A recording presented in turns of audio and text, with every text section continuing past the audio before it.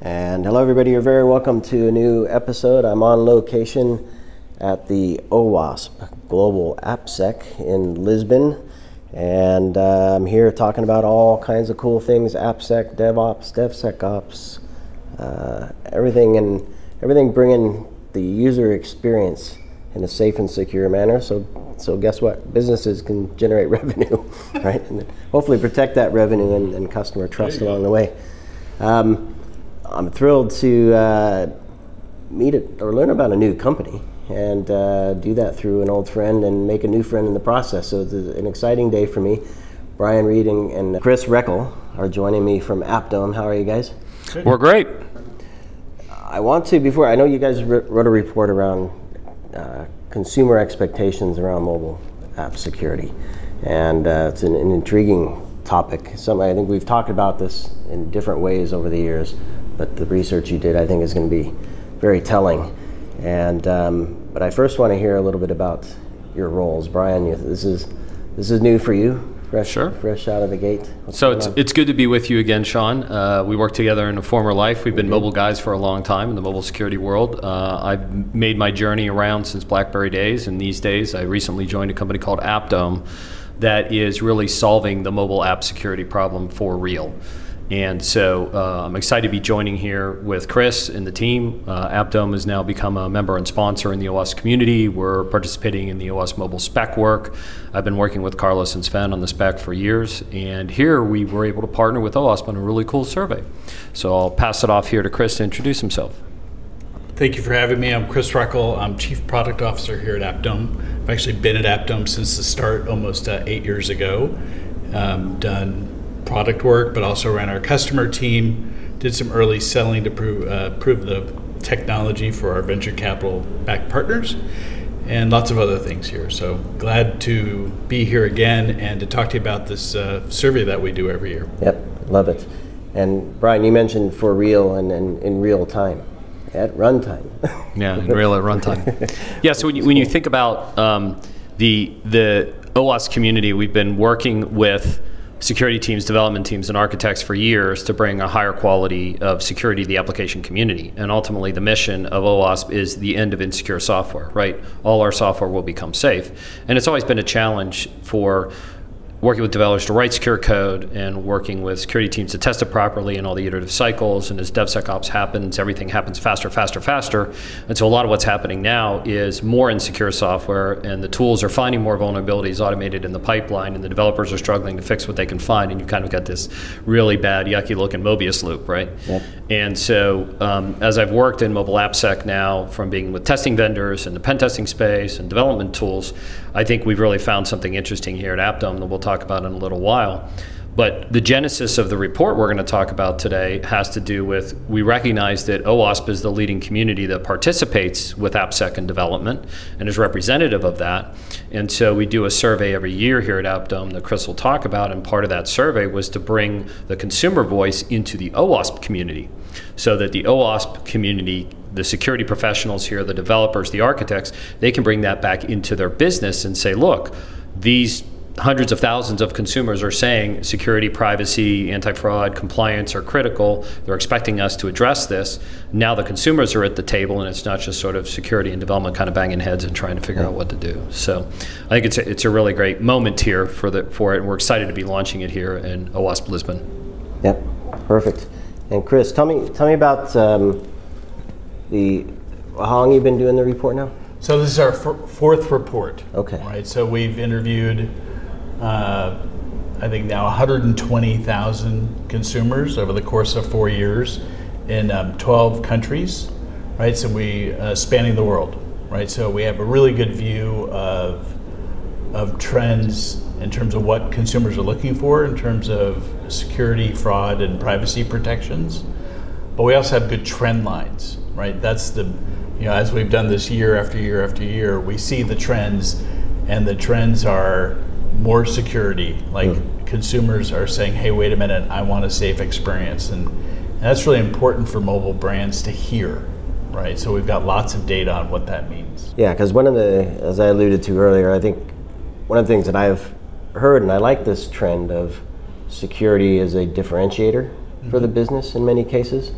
But I have a sense that it's really around the B2B, right? Business partners working together, having requirements that you can only get the deal if you have a SOC 2, for example, right? Something like that. And I love that you took it to the consumer, because ultimately that's all those B2B experiences have some, well, ultimately some consumer play to them, right? Well, let's get to the punchline then first. All right. So consumers will vote with their voice. And what that means is if consumers are given a secure experience with the mobile brand, 95% of them say that they will become brand advocates, that they will go out and promote that brand, right? And with more than half, like 53%, saying, I'll even go so far as to do the review, or I'll go so far as to post on social media that I'm having a safe experience with you. The downside is punishment is more brutal and more swift, right? So in an insecure experience, or a not secured experience, 97% of consumers say they will abandon the brand. Wow. Right? And that 74% of consumers will go tell their friends to abandon the brand. Right? So there's a sharp consequence here, right? Because what we've seen over the last several years is that when we started 4 years ago, it was about kind of security topics, hey, making sure the network connection, network connections are safe and stuff like that. And it's just continued to escalate because consumers are hearing more and more in their everyday lives about more and more attacks, fraud, social engineering. They're hearing about these topics, and it's making them hyper aware of the fact that they're sharing lots of information in-app, through app, and they want to make sure that that information's kept private, that they don't have to worry about fraud, that fraud can be prevented versus being a reimbursement exercise, right? Do you have any insights on the types of apps? I mean, question. Social media apps, one could say who cares, right? One could say, yeah. And you might have something to say on that. But then I think about banking apps, healthcare apps, right? Going to see the doctor, pharmaceutical app, or I should say retail apps to get your medication, whatever it is, right? Yeah, so great question, and we do, right? So at the top of the list are banking and e-wallet apps, right? So those kind of are at the top of the list of, hey, I want to make sure I have a really secure foundation for an app experience.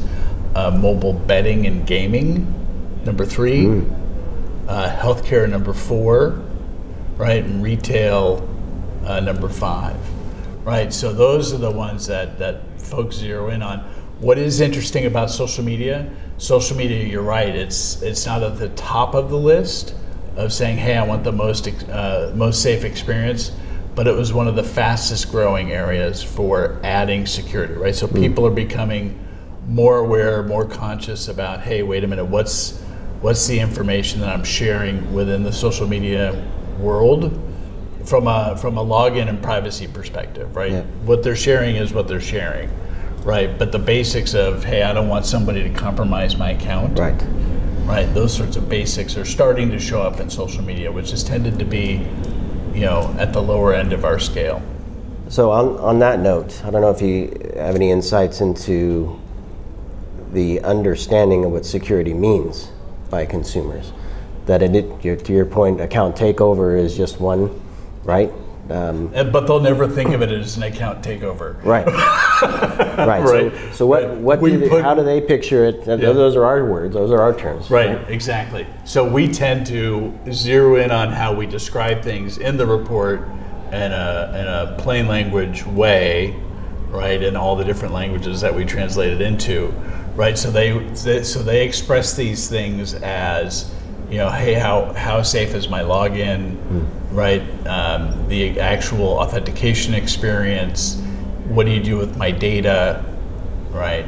Have you ever, make sure that the account cannot be compromised, right? But all of those things show up as top things they're worrying about, right? So when you translate it down, and then that information comes back up, it comes back up as account takeovers, PII, all those sort of three-letter acronyms that we have here in security land are meaningful to the consumers at the other end when you tell them what it means in a plain language expression. It's interesting. And do you have any customers or examples of brands that do well? I don't know if you want to name names or not, but we don't do anything that's brand specific. Although we have learnings that I think are interesting for everybody out there, which is doing some sort of advertising, may be too strong, but some sort of marketing outreach to mobile brands about security. Mm-hmm. This is something that actually this survey informed many of our AppDome customers to do this, and they've seen very positive results by not doing it in release notes. Everybody thought, okay, I'll just put, hey, I've improved security in the release note, but I think it's only like dorks like you, me, and Brian who actually read the release notes. Yep. And so we had a couple of our customers in Latin America say, well, I'm going to try email outreach just to say, hey, here are the things that we're doing in terms of mobile app security. That's worked really well. We've had other customers just have a dedicated page, right? So they have pages for web security, but they didn't have anything for mobile. Right. So you just add mobile. I mean, it's not that hard, right? And you can. If you're not doing it, it's hard. Well, if you're not doing it, well, for sure, it's hard at that moment. And one of the things that the reason I'm going down this path is one of the biggest jumps that we've seen over the last several years is we ask about what are the things that consumers are concerned about most when they're thinking about fraudulent activity or something like that. And one of the responses is, we think our developers don't care about securing the app. Okay, so back in 2021, that was 6% of the people said, yeah, that's actually a thing. Well, now it's 1 in 4 consumers believe it. Wow. Right. So the ability for the brand to be able to take that moment to actually express that they're concerned about a safe user experience, and also it translates into an in-app experience. How can you represent to the consumer in a positive way that you're concerned about their safety, and that you're gonna, if there's something going on the device, it's not it shouldn't be a red X saying, oh my God, your device is whatever, we're gonna close it.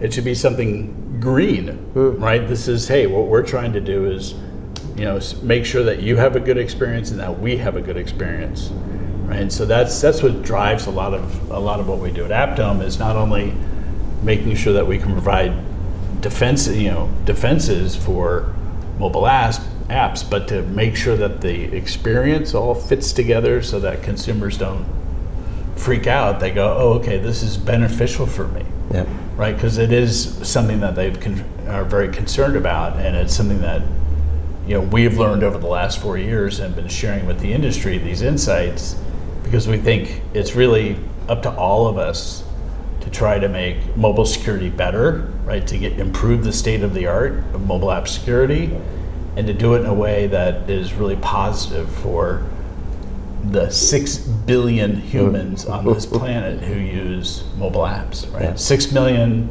apps, 6 billion consumers. It's incredible. Right? 6 times as many people that then use a PC. Wow. So that's important stuff. So how does that translate to what the business leader thinks about? So clearly, depending on their business, they might, if they're in healthcare, they're going to care about the patient. If they're in finance, they're going to care about the funds, so on and so forth. And they're a baker, they care about making good bread. Right. But ultimately it's about, you mentioned the user experience, but there's developer experience, there's ops experience, there's, right, that whole thing. It's not just the end app. But. Yeah, well, and it does take a village, right? And so some villages are one person, either the mobile product leader, right? Because they're ultimately judged by eyeballs in the app, right? You can have engineering teams that are driven by experiences that are oriented around crash-free rates, right? And then you have cyber teams who are driven by making sure that you know the jewels of the castle, right, are kept in the castle, right? That there's no fraudulent activity, and how can you minimize that, right? So any one of these groups can actually be can initiate change, right? Ultimately, it becomes an experience that all three of those groups have to come together and work on that.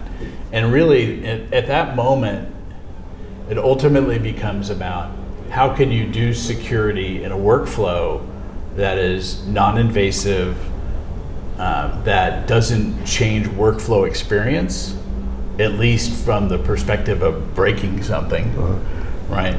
And you know, with some of the advanced methods that we provide, we're able, for instance, to detect a security event, pass that event to the app, and then allow developers to make a new workflow. Okay, your app's not secure. We're not gonna cut you out of the app experience, but we are going to limit what you can do in the app.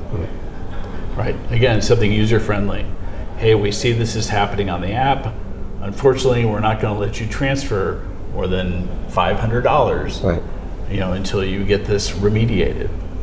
And ultimately, the next step in that vision is helping consumers themselves through mobile brands be able to remediate issues that they're finding on their phones. Sometimes people do these things maliciously, but oftentimes it's a mistake, or they didn't realize that, you know, downloading something can turn into a worse thing. Right. Right. So how can we? That's our next chapter. Is how do we help consumers actually get through that moment? Yep. So I want to talk a bit about the developer, and maybe Brian, if you want to bring in some of the OWASP stuff and how the community is responding to this research, because kind of to the point of the report that they don't think engineers care. I can't remember what commercial I saw, but there was some commercial that said, I think it was an automotive commercial, building a car or something, and they maybe it's VW, I don't know. They did a very short clip of, we spent X number of hours building this car. Volkswagen. It is Volkswagen. Volkswagen. and then there's the longer version of it, what they're showing and having the pizza and the meetings and the fun and all the research on this and the research on that and the development here. And I feel like something like that is needed for cybersecurity to show that engineers care. Because, I mean, being here, obviously, at OWASP Lisbon, we all care, right? We're here for a reason. But I believe there's a broader, bigger community that does as well. So I don't know if you're getting any feedback or have any insights. I mean, sure. I think I'll give you a few thoughts, well. right? So security professionals, we've done things like create security champions on development teams and so on and so forth. There's a security champion meetup here. We create all kinds of tools and like threat modeling training and so on and so forth that we kind of push on developers. I think there's kind of two aspects maybe to think about in the community overall. The first one is that OWASP is reaching out a lot more to developers. In fact, the OWASP Global in San Francisco is going to have a developer day, right, where we're looking to have our security people bring their development friends, and it's a development-centric day, not a security-centric day, as it were, a security professional day, but actually helping. And there are clearly advocates out there. Some of my good friends I've collected over the last 20 years are developer security advocates, right? So I think that developers generally are focused on the business has an objective of shipping X software with Y functionality by Z date. And that tends to be how the business works. If the business has a secure by design strategy, if the business has a security first or user safety first, then that drives behavior. And you get that behavior driver in something like finance because of regulations, or healthcare because of certain parts of healthcare like FDA regulated devices. But the rest of it, I think we're all still trying to do it. And we've got to remember the developers have a motivation that's parallel, but not necessarily exactly the same as the way a security person is right. motivated in it. So I think OWASP will continue to grow the developer community. In our world, it's pretty amazing. So we've eliminated the challenge for the developer because our machine learning does the work for the developer. So developers love us in that they don't have to worry about the gory security details. They don't have to become a security expert in malware and overlay attacks and all that other stuff. Software does it for them. What developers get is the ability to apply useful feedback and tune the user experience based on security issues, but all the gobbledygook's taken care of. Yeah. And that's kind of an ideal world. Security gets what they need with policies configured the way they want it to be to meet the requirements of their business. Devs get nothing or a little bit of data they can use to make sure there's a great user experience, but they don't have to become security experts in order to build mobile apps. Yep. And that's probably where Nirvana is. With the advent of machine learning and AI is a lot of the grunt work gets taken care of by the systems and the software on behalf of the developer so they can focus on the innovative work. Yep. Yeah, onboarding fast, booking a healthcare appointment quickly, getting your orders. Adding fast, bio readout stuff. Yep. Like your body monitoring things. We've got the advent of the Apple Watch, like the most popular digital watch in the world. There's lots of scenarios where developers are creating really amazing experiences. But trying to get a developer who might be a phenomenal user experience guy to also be a security engineer is like an oxymoron, right? He's not built for that. That's not his focus. So make security transparent, easy, built into the pipelines the developers are using. So devs focus on what they want and what they do and their expertise, and let the machine do the rest of the work. Yeah. And that's where I think we'll see things go. It's kind of a policy as code approach. Yeah, I love it. Yeah, not code less, code no. Yeah. Nice one. Well, listen, it's been great to chat with both of you, and good to see you here at OWASP AppSec Global in Lisbon. And I'm excited to keep chatting with you, more stories. I'm going to encourage everybody to download this report. Clearly, consumers care. They do. They do, and there's a lot more data in that report in terms of just giving a fuller perspective about what security means to the mobile end user. Yeah, and I think we owe it to ourselves to understand what they expect, knowing that they understand enough to know that they should care. Exactly. It's an empathetic report, so it's sort of an empathetic experience. The developer can read and say, oh, okay, now I have the understanding, let me go just apply that in how I operate, right? So I think it's not attacking developers, it's more trying to uncover these are the things that consumers care about. So if you're building B2C apps, take these into consideration. Yep. Perfect. Well, thank you guys, and thanks everybody for listening to this episode coming to you from Lisbon. Stay tuned for more stories, and Brian, Chris, thanks a lot. Thank you.